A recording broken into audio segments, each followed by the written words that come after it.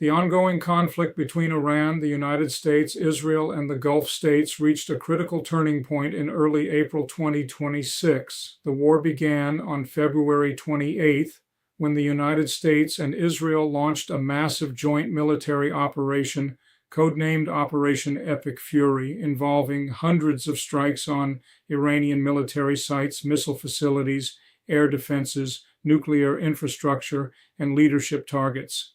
In the opening salvo, Supreme Leader Ali Khamenei was assassinated, along with several top officials, severely degrading Iran's command structure and capabilities.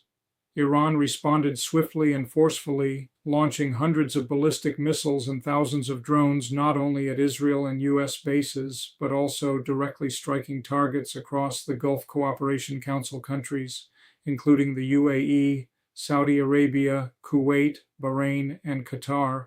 Airports, energy infrastructure, and U.S. military installations such as Al Udeid in Qatar came under attack. For the first time in such a conflict, Iran selectively disrupted commercial shipping through the Strait of Hormuz, the choke point for about 20% of global oil, by forcing vessels to turn back, mining areas, and threatening tankers.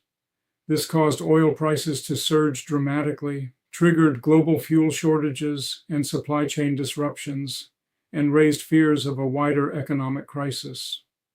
Over the following 40 days of intense fighting, thousands of people were killed across Iran, Lebanon, Israel, and the Gulf states, with millions displaced, including more than 1/6 of Lebanon's population. Civilian areas, energy facilities, and infrastructure suffered significant damage, while Iran's proxies, particularly Hezbollah in Lebanon, intensified rocket fire and operations, drawing Israel into a parallel escalation. On April 7th and 8th, after intense diplomatic efforts brokered in part by Pakistan, the United States and Iran agreed to a 2-week ceasefire.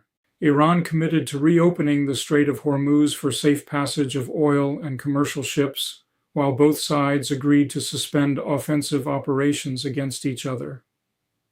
Israel signaled support for the pause regarding Iran, though disagreements quickly emerged over whether the truce extended to Lebanon and Hezbollah. Iran presented a broader 10-point proposal calling for a lasting regional ceasefire, sanctions relief, and reconstruction assistance, while the U.S. insisted on no uranium enrichment and the handover of nuclear material. Both sides claimed victory. The U.S. and Israel pointed to the destruction of much of Iran's missile program, air defenses, and nuclear-related capabilities, while Iran highlighted its ability to survive the onslaught, strike across the region, and force negotiations. Almost immediately, the ceasefire came under severe strain. Hours after the announcement, Israel launched one of its heaviest waves of airstrikes on Lebanon, over 100 strikes in a short period, targeting what it described as Hezbollah positions in Beirut, southern Lebanon, and the Bekaa Valley.